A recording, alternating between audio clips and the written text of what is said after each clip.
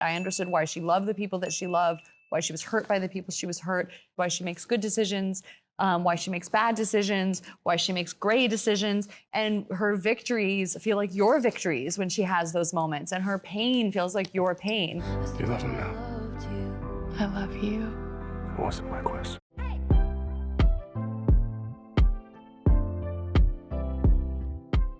I was wondering what you wanted to put into your performance to kind of let the audience into her inner monologue that we get in the book that we don't necessarily get to see in the movie. Yeah, that's an interesting question. Thank you so much for asking. I mean, Colleen wrote a book that had such a clear emotional journey that I completely understood why Lily made the decisions that she made. I think this movie feels first person. Like, I don't think it feels like you're an objective party watching and observing Lily. I feel like you're very much with Lily on this journey. And every decision we made, you know, whether it be music or whether it be color or whether it be narrative, it was all to let you into Lily's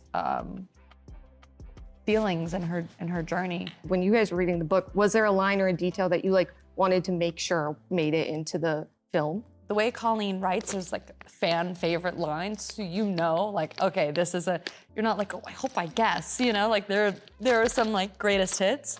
But also it was just more about capturing the spirit of these people and capturing the heart of these people and doing it in the most authentic way. And we were all given a level of freedom to inhabit the characters in a way that felt most authentic and real and raw and honest. And I think you feel that, we're not trying to do a caricature of something we think someone might want.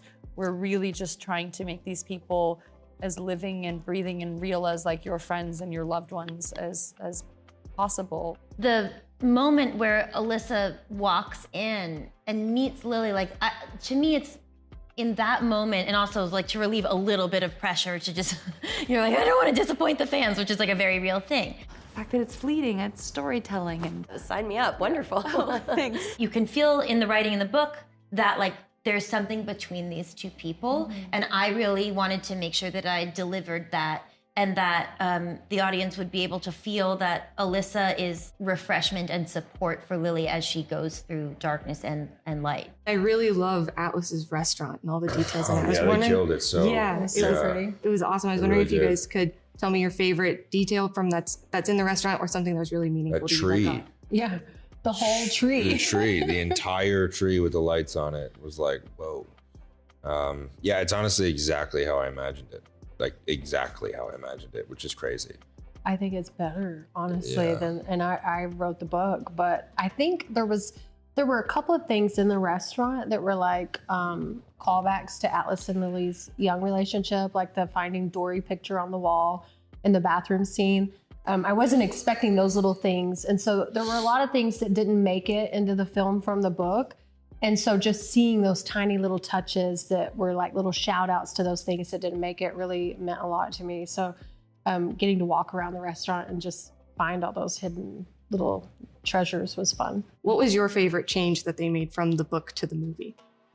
I actually was relieved when they changed the name of the restaurant. I felt like it didn't translate as well onto film. In the book, there was a lot more that went into what the word bibs meant to both of them, but we couldn't bring all of that onto film.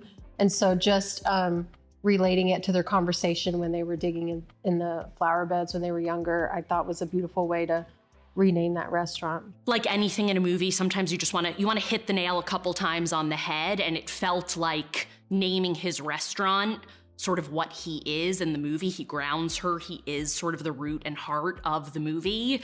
It just made sense. I still remember the day I saw you in the window. Yeah, we were just kids then.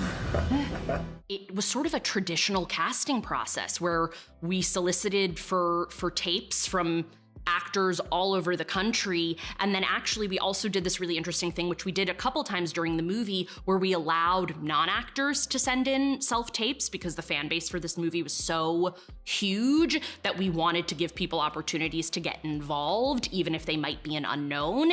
And really our casting director, Christy Carlson, just started weeding through these hundreds, thousands of tapes, and Isabella and Alex sort of emerged just from raw talent. And then brought them in to do sort of chemistry reads and callbacks.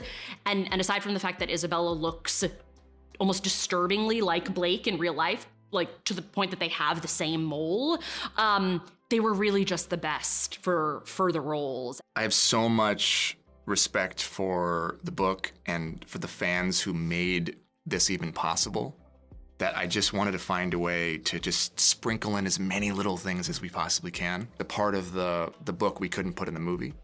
So I just wanted to like pepper it in wherever I could. I don't think everyone will notice, but I do believe that the diehard book fans will notice and hopefully appreciate it. If one day you had a daughter, she came to you and said the person she loved was hurting her, what would you say to her?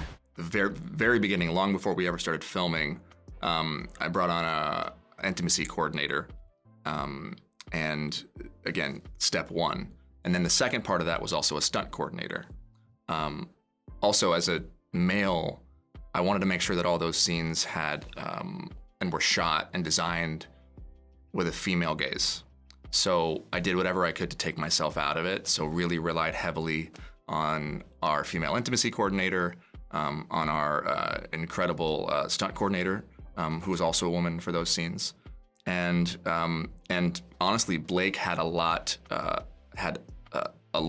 big involvement in how those scenes were orchestrated and designed. Because at the end of the day, like, I just wanted to make sure that they did justice and honored the experience of so many people and women that have actually experienced this. So we didn't want to shy away from it, and yet we also had to be really mindful to make it as real as possible. I just wanted to capture the essence of the book and the complexity of these relationships, the deep love that was there, the confusion and the situation that Lily is in, and also her choosing something different for herself than was chosen for her.